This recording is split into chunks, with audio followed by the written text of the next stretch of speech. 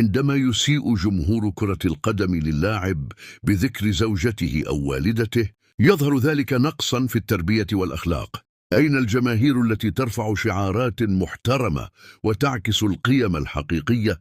هذه الهتافات تعكس سلوكا غير لائق وغير محترم.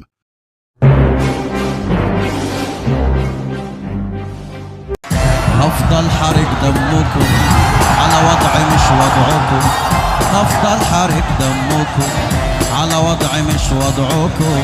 ما تفوقوا يا تلاميذ، أنا في المجال عمكم. عالي زي الهرم، اسمي نار على علم. عالي زي الهرم، اسمي نار على علم. كاريزما لما حضرت سببت ليكم ألم. النسر فرد جناحه اتلموا يا عصافير.